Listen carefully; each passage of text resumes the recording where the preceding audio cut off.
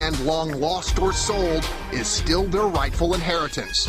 About $1 billion is unclaimed royalty interest that belong to these unknown heirs. Her name is Eileen Fowler. I am a crusader. And a convincing one at that.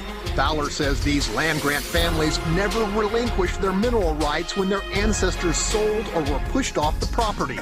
After energy was discovered, many oil companies made only token attempts to learn who truly retained the rights, a practice Fowler calls grand theft.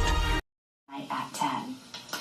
Well, a 100-year-old land dispute is front and center for justices of the Fourth Court of Appeals hearing cases here in Laredo. Today, the justices were at the Webb County Courthouse hearing a land and mineral dispute case that dates back to Spanish times when the King of Spain issued deeds of trust for land here in South Texas. More specifically, whether the heirs of those landowners now have ownership of that land. This was just one of the many cases presented before the justices. Often come to Webb County at least once or twice a year to hear cases because Webb County sends us the second largest number of appeals.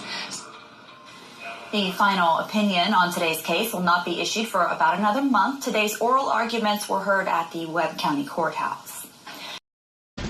They say they've been shortchanged for more than a century and that now it's time for the state to pony up a chunk of the fortune that they have been denied.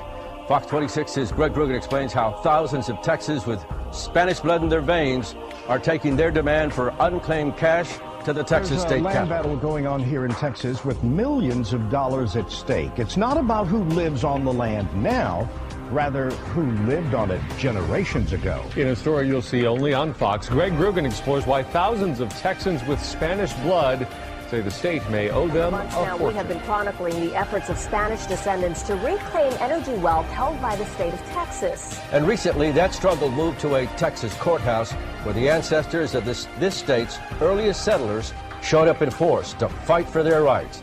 Fox 26's Greg Rugen was right there.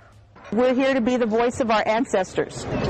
Since oil rights were never transmitted, those oil rights remain. The next witness is, I think it's Ali Shapiro. Good afternoon to the commission, and thank you for participating in this and hoping to make everything, righting a wrong that has occurred over the years. I am an heir from multiple land grants from Lopez, Ayala, Hinojosa, Ramirez, Cavazos, and Valle. I have watched my grandmother struggle, tell us stories about how the Spanish came and we are of a different blood and how we have been given certain rights, but they were taken from us. And I'm hoping that this will be a vehicle to correct the situation that has occurred. We had a little discussion just a second ago about how Indian reservations exist because